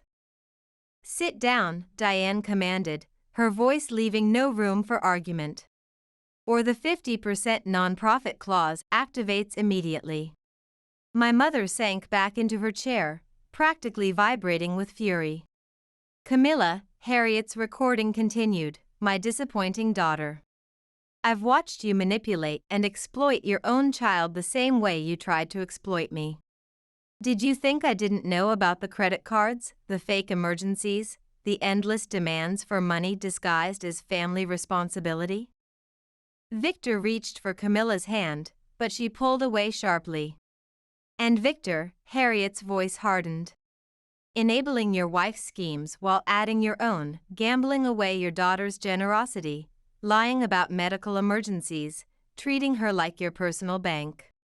All while belittling the very profession that cares for people like me when doctors like you are done with them. This is slander, Victor muttered under his breath. Every word I'm saying is documented, Harriet continued, as if anticipating his response. Every loan, every lie, every manipulation. And now, my dear family, here's what's going to happen. The screen changed to show a series of legal documents. All 3 care facilities have been placed in an irrevocable management trust. Eliza is the sole executive director with ironclad conditions that prevent any family member without direct elder care experience from interfering with operations. Any attempt to challenge these conditions will result in automatic transfer of partial ownership to a non-profit alliance. We know all this, Camilla snapped impatiently. Get to the point. The point, Harriet's face reappeared on the screen, her expression grave but determined, is that I'm not finished. Eliza, my dear, open the envelope Diane has just handed you. Diane passed me a sealed envelope with confidential stamped across it in red. I broke the seal, pulling out a single document with official letterhead. Read it aloud, Diane instructed, her voice gentle but firm. I cleared my throat and began reading. I, Harriet Bennett, hereby declare that in addition to the management trust for the care facilities, all ownership shares in Sunnydale Healthcare Network are to be transferred to Eliza Bennett, effective immediately. Camilla's scream could probably be heard 3 floors down, making several of the residents' doors open in the hallway outside. The network? You're giving her the entire network? Your life's work? The very same healthcare network, Harriet continued from the screen as if she could hear her daughter's protests, that you and Victor have been systematically undermining with your mismanagement and unauthorized fund transfers. The same network that currently operates 5 elder care facilities across 3 counties. Owen finally spoke up, looking directly at our parents. Is that true? Have you been taking money from Grandma's care facilities? Of course not. Victor protested, but his face told a different story. The slight twitch at the corner of his mouth always gave away his lies. The proof is all here, Diane said, distributing folders to everyone at the table. Every unauthorized transfer, every falsified report, every consultant fee paid to shell companies you both control. I flipped through the documents, the full picture finally becoming clear. This is why you've been so desperate to get control, I realized aloud. The inheritance wasn't just about Grandma's money. You needed it to cover up what you've been doing at the care facilities. You don't understand, Camilla pleaded, her perfect composure finally cracking completely. We had expenses, obligations. Like Dad's gambling debts? Owen asked pointedly. Or Mom's shopping addiction, he continued, finding his voice. How dare you? Camilla gasped, clutching her designer scarf. How dare I what? Tell the truth? Owen moved his chair closer to mine, physically demonstrating his changed allegiance. I'm done covering for you both. I'm done pretending to be the perfect medical student to satisfy your egos. As of now, Diane announced with professional authority, "Eliza has full control of Sunnydale Healthcare Network. Any corporate credit cards or accounts you have access to have been frozen. You can't do this." Victor stammered, half rising from his chair. "I'm the medical director." "Not anymore." I stood up, feeling a strange calm despite the chaos around me. "Your resignation letter is in that folder. Sign it, or face an internal audit that will lead to criminal charges for Medicare fraud." Camilla lunged for the folders, but Diane was faster, pulling them away from her grasp. "This isn't over," Camilla hissed, her carefully maintained appearance beginning to dissolve under the strain. "If you fight this, then 50% of the network goes to the non-profit alliance," I reminded her. "And all the financial records go to the State Medical Licensing Board." The fight seemed to drain out of both my parents all at once.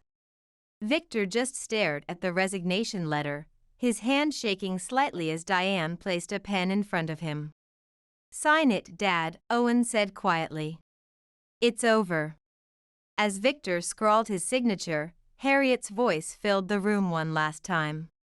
"Remember, Camilla, you taught Eliza everything she knows about family loyalty.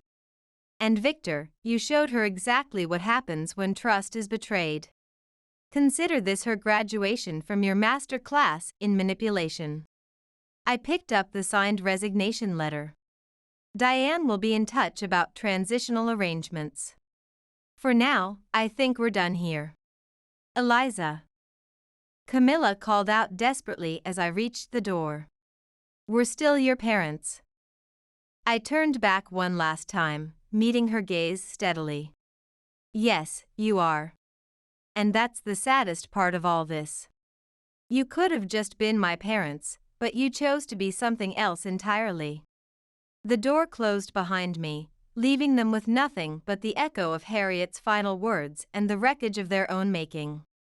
1 week later, the morning sun streamed through the windows of my grandmother's old office at Sunnydale Healthcare's main building. I sat in her chair, running my fingers over the worn leather armrests, remembering how she used to let me spin in it when I visited as a nursing student. How she would tell me stories about difficult patients she'd cared for, teaching me that compassion and competence were equally important in healthcare. A knock at the door interrupted my thoughts. "Come in." Owen entered carrying 2 coffee cups. "Thought you might need this. First board meeting and all." "Thanks." I accepted the cup, noticing how different he looked in a simple button-down shirt and khakis instead of the expensive clothes our parents had always insisted he wear. There was a lightness to him I hadn't seen in years. "Ready for your new role as resident services coordinator?" I asked. He smiled, a genuine expression that reached his eyes. "Never thought I'd say this, but yeah, it feels right. Better than failing out of medical school with Dad's expectations crushing me." He sat down across from me. "About that, I had no idea where all that money for my tuition really came from. I should have asked more questions." My phone buzzed, a text from Camilla, "Your father's in the hospital.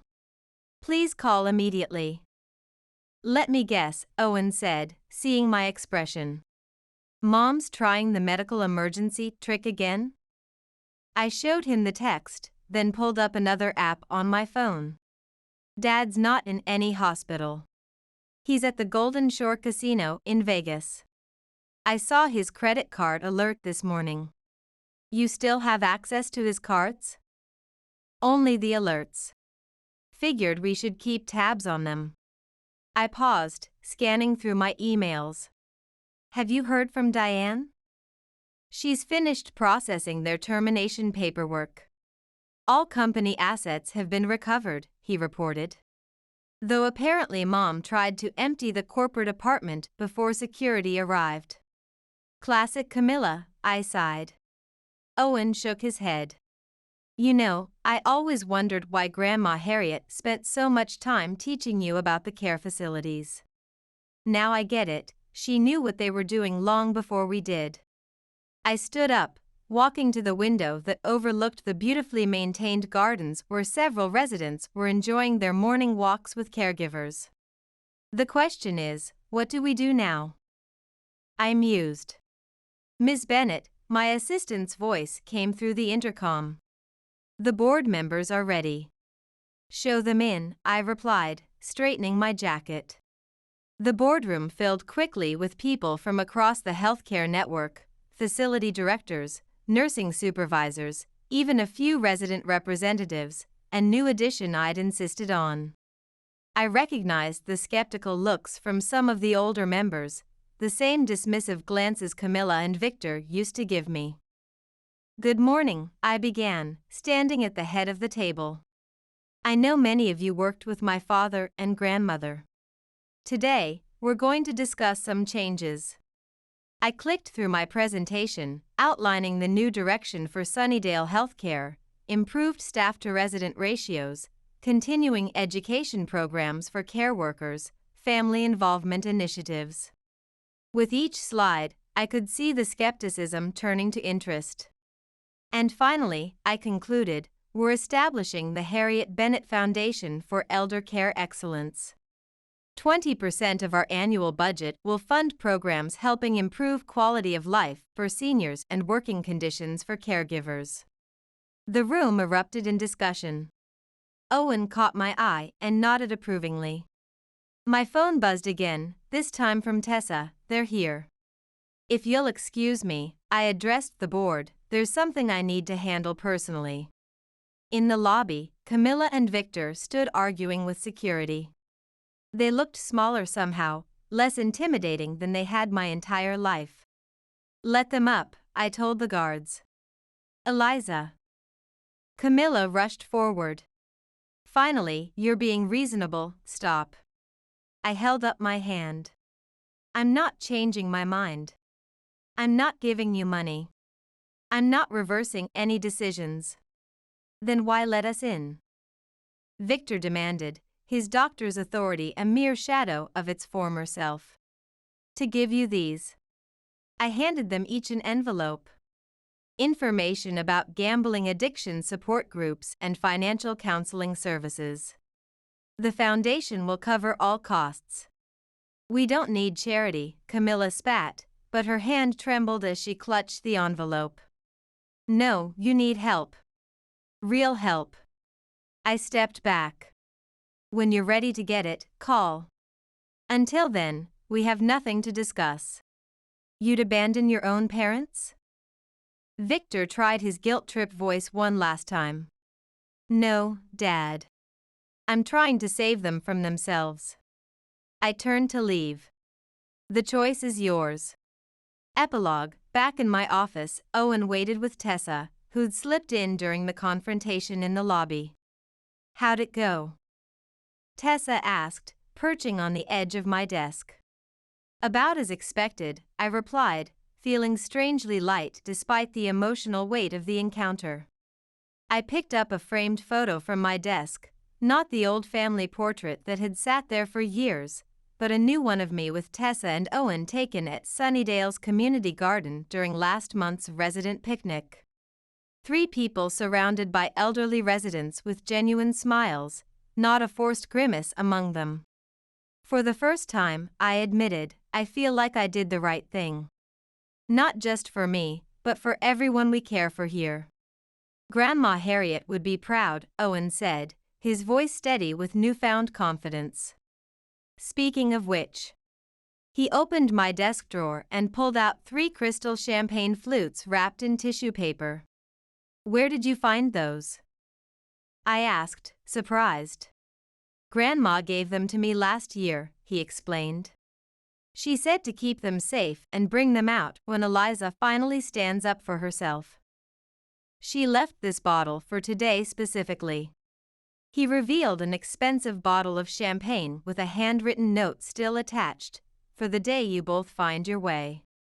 As we toasted, I looked around at my chosen family, my brother who'd finally found his authentic path, my best friend who'd stood by me through everything, and the legacy of a grandmother who understood that sometimes the strongest love means saying no to those who would diminish you.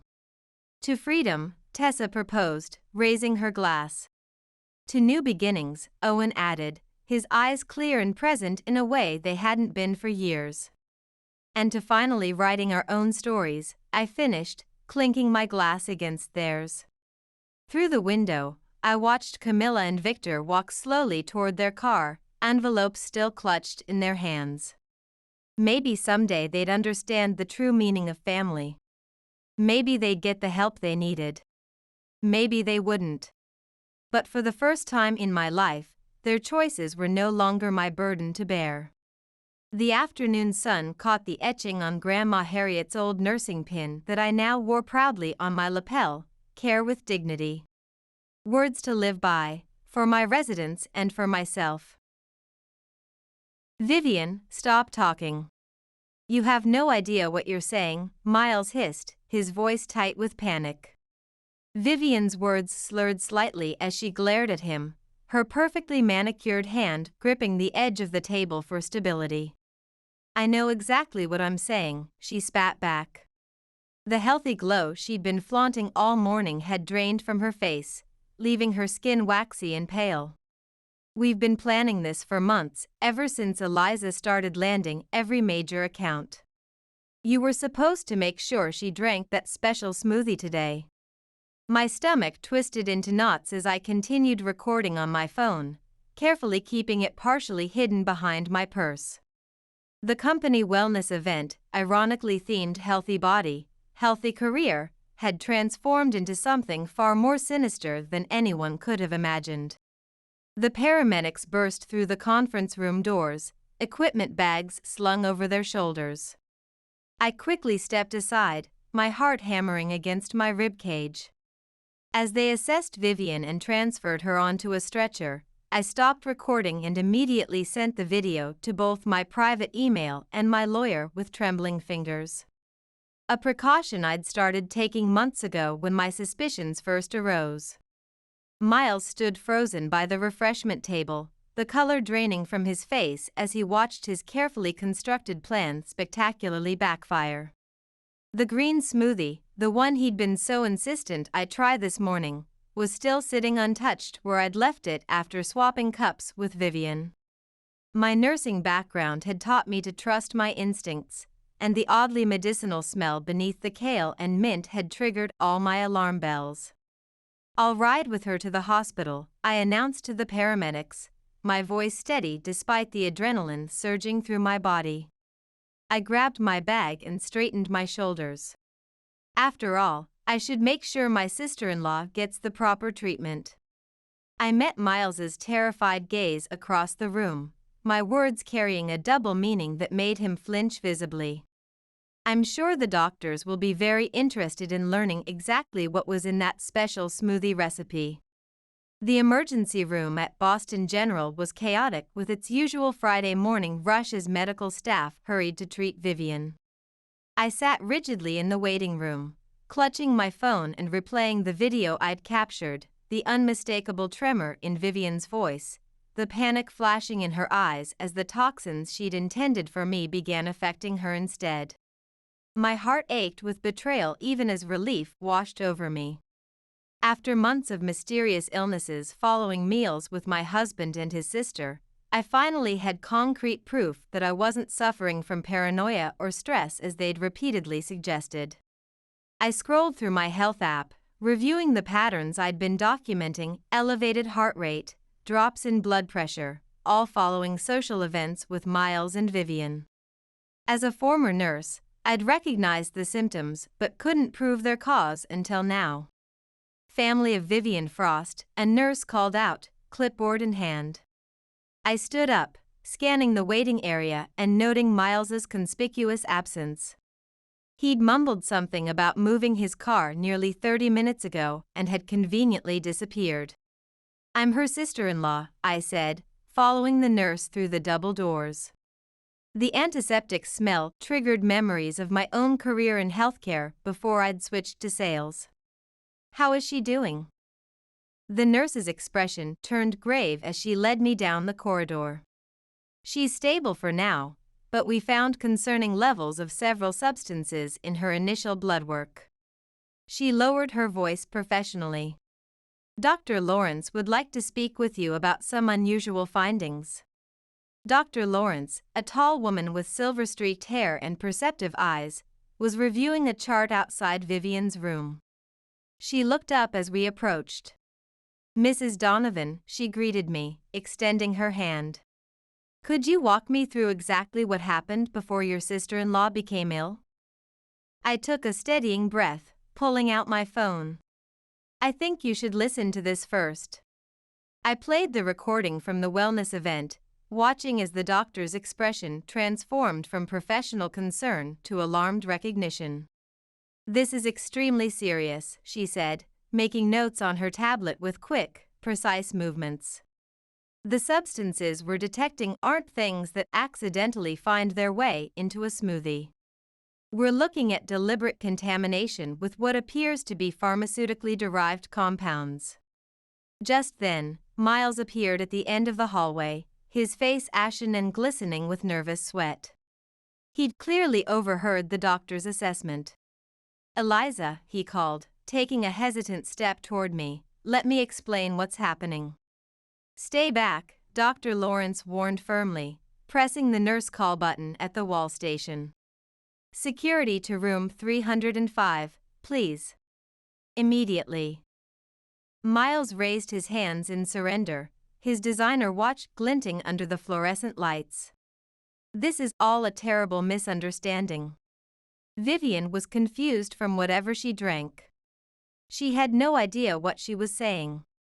Really? I pulled out my smartphone and opened the screenshots I'd saved. So these messages between you and Vivian about making sure I'm out of commission before the Westridge presentation were just innocent conversation? I scrolled through several exchanges, my finger trembling slightly despite my outward composure. You two discussing dosages and timing, that was just friendly banter? The color drained completely from his face. You went through my phone? His voice cracked with indignation rather than remorse. After I found the unmarked bottles in your gym bag 3 weeks ago, you bet I did. I turned to Dr. Lawrence, my former nursing training giving me the vocabulary I needed. Doctor, I've been hospitalized 3 times in the past 6 months with unexplained symptoms, nausea, dizziness, heart palpitations, and disorientation. I'd like to know if the toxins match what you found in Vivian's system today. Dr. Lawrence's eyes narrowed with professional intensity. We'll need to run comparative analyses. In the meantime, she glanced toward the 2 security officers who had appeared behind Miles. Security will ensure your husband remains available for questioning. The guards positioned themselves on either side of Miles, who suddenly looked much smaller than his 6-foot frame. His carefully cultivated image of the charming husband was disintegrating before my eyes. Vivian and I, he stammered, desperation replacing his usual confidence, we were just trying to help you slow down. You've been working too hard, taking all the major accounts, pushing yourself to the point of exhaustion. From inside her hospital room, Vivian called out weakly, if we could just make you take some time off. By poisoning me? My voice remained level, though my knuckles had turned white around my phone. A strange clarity had settled over me, like the calm in the center of a hurricane. How long have you been doing this? Was it you who tampered with my food at the company retreat too? Is that why I spent 2 days violently ill while you covered my meetings? Miles's silence confirmed everything. Through the observation window, I could see Vivian lying in her hospital bed, connected to various monitors. Her usual imperious demeanor had vanished, replaced by the unmistakable fear of someone who realized their actions had real consequences. Detective Rivera is on her way, Dr. Lawrence said quietly. She'll want statements from everyone involved. I nodded, feeling an odd sense of calm wash over me. After months of gaslighting, being told my symptoms were just stress or that I was working too hard, the truth was finally emerging. There was no going back now. Detective Rivera arrived within 40 minutes, her confident stride and alert eyes commanding attention in the sterile hospital corridor. She introduced herself as a specialist in cases involving domestic abuse and corporate crime. I played the wellness event recording for her and showed her the text messages I'd documented meticulously over the past months. "Mrs. Donovan," she said, reviewing her notes with practiced efficiency, "you mentioned previous illnesses. Can you elaborate on those incidents?" I pulled out my phone again, opening a detailed health journal I'd been maintaining since my suspicions first arose. The first episode was in February, after a dinner at Vivian's downtown condo. I experienced severe gastric distress and vertigo that lasted nearly 2 days. The second was in April, what I now call the tea incident, when Miles insisted I try a special blend Vivian had created. And then in May, after our breakfast meeting. My voice remained steady as I continued cataloging the events. The symptoms had varied slightly each time, just enough that doctors had written them off as unrelated stress responses or minor infections. Detective Rivera's expression grew increasingly focused as she examined my detailed log of dates, symptoms, and circumstances. "And you've been maintaining these records on your own initiative?" I started noticing patterns. I hesitated before removing a second phone from my bag, a basic model I'd purchased with cash. I also began carrying this backup phone with an unregistered number. I used it to record conversations whenever I was around them. I have several where Vivian and Miles discuss their project, though they're careful to maintain plausible deniability. I played one of the recordings, where Vivian's voice came through with crystal clarity. "The Westridge account is worth over $8 million in annual revenue, Miles. We can't let her take lead on this one too. Just follow the plan, a few days of illness should be enough for them to reassign the presentation." Miles's response followed, equally damning, "I've got something more effective this time. She definitely won't make it to the client meeting." Detective Rivera's expression hardened as she listened. Through the room's window, I could see Vivian was now awake, looking decidedly less confident than she had at the wellness event that morning. "The hospital lab is running comprehensive toxicology panels," the detective informed me. "Dr. Lawrence has already identified several concerning substances that don't occur naturally in smoothies or food. We'll need samples from your home kitchen and office space as well." A commotion erupted down the corridor. Miles was arguing with the security guards, his voice rising with desperate intensity. "I need to speak with my wife," he shouted, attempting to push past them. "Eliza, please. You don't understand what's been happening. We were trying to help you." Detective Rivera stepped between us with practiced authority. "Mr. Donovan, you're not improving your situation. We already have evidence suggesting premeditated. Miles let out a strained laugh that echoed eerily through the hallway. "That's absurd. We were just trying to slow her down. She was working herself into the ground, taking all the major accounts, pushing herself too hard." From her hospital bed, Vivian called out, "If we could just make her take some time off by poisoning her?" Detective Rivera's voice cut like steel. "That's not protection, Mr. Donovan. That's attempted murder." The blood drained from Miles's face so rapidly I thought he might faint. "Murder? No, that's impossible. We never meant to, it wasn't supposed to." "Then what exactly did you intend?"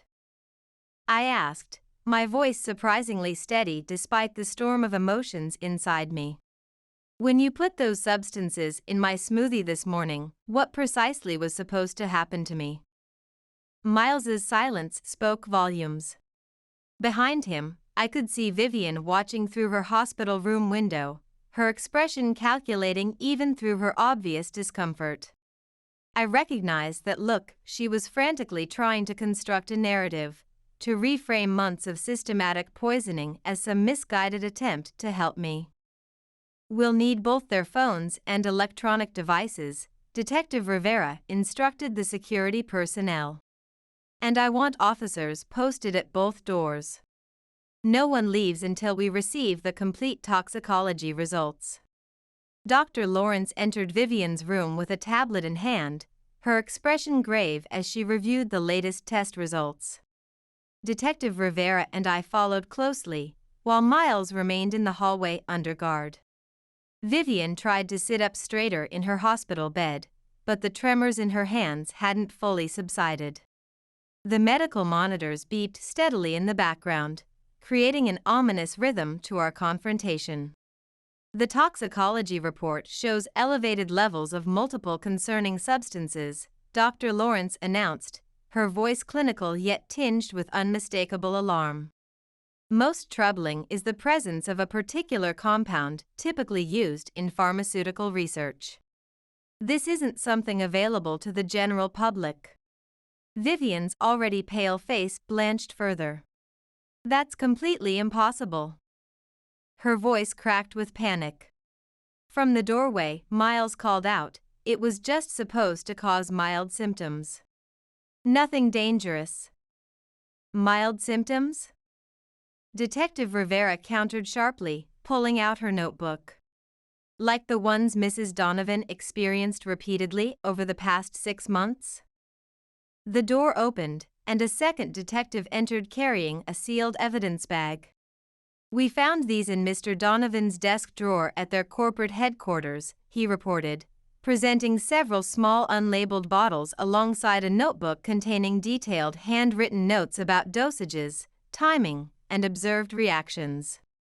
My legs nearly gave out as the full scope of their scheme became horrifyingly clear.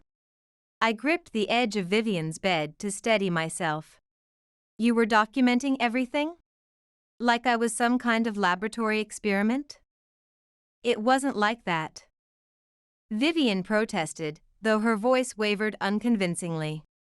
"We just needed to track what was effective. The initial attempts weren't strong enough. You kept showing up to client meetings anyway, even when you were clearly unwell. So you deliberately increased the dosages," Detective Rivera concluded, examining the evidence with gloved hands.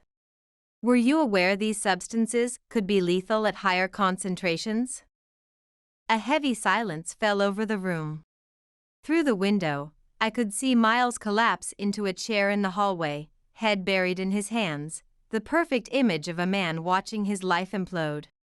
"The Westridge account," I said slowly, the pieces finally clicking together in my mind. "This wasn't just about one presentation, was it?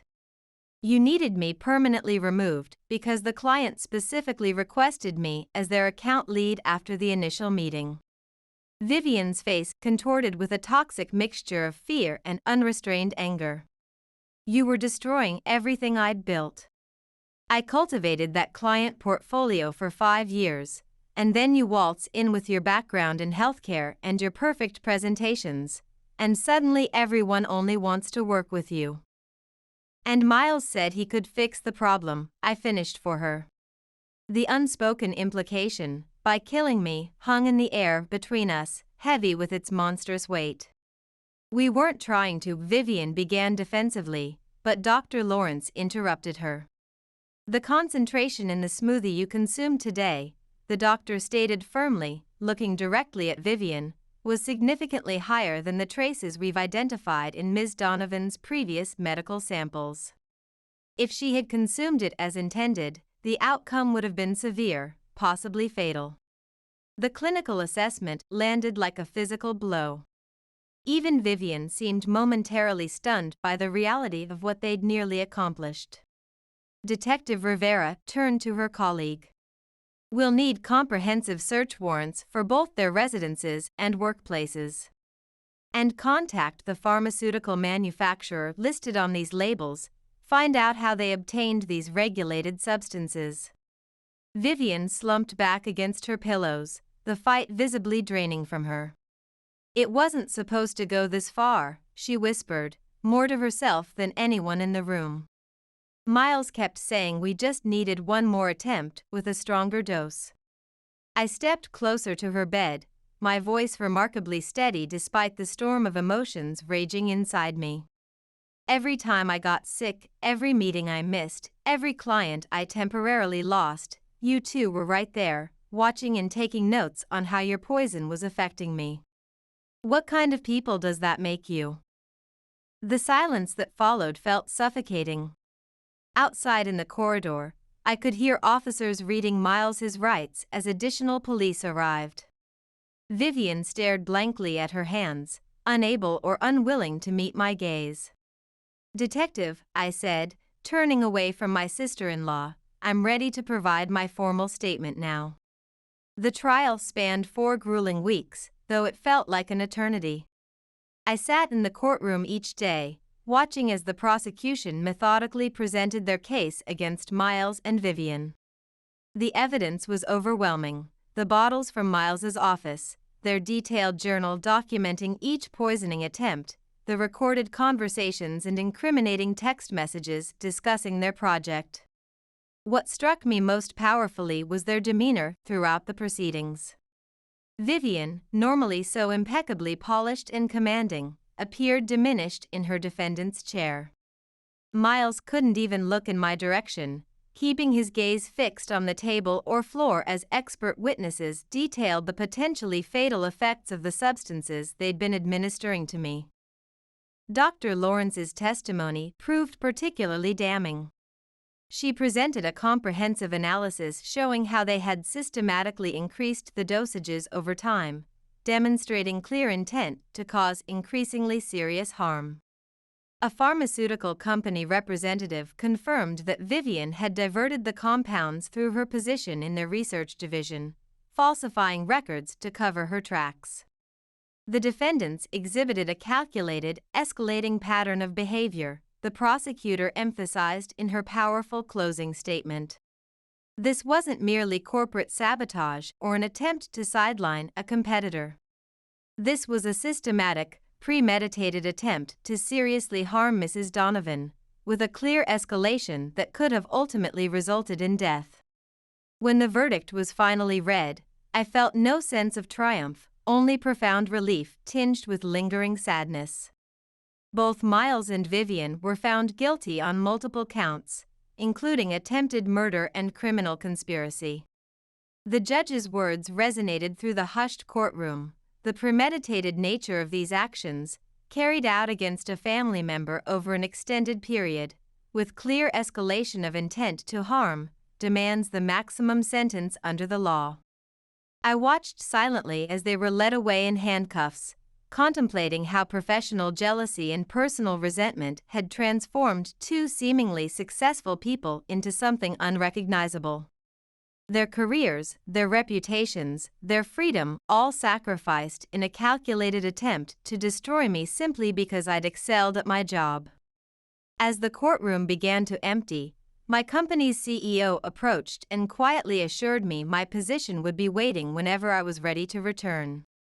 Several colleagues who had testified about the toxic competitive culture Vivian had fostered stopped to express their support. Their kindness only amplified the stark contrast between professional ambition and criminal obsession. 18 months after the trial, I stood at the podium of the Boston Business Innovation Summit, preparing to deliver the keynote address to a packed auditorium. The irony wasn't lost on me. This was precisely the kind of professional visibility Vivian had schemed so desperately to prevent me from achieving.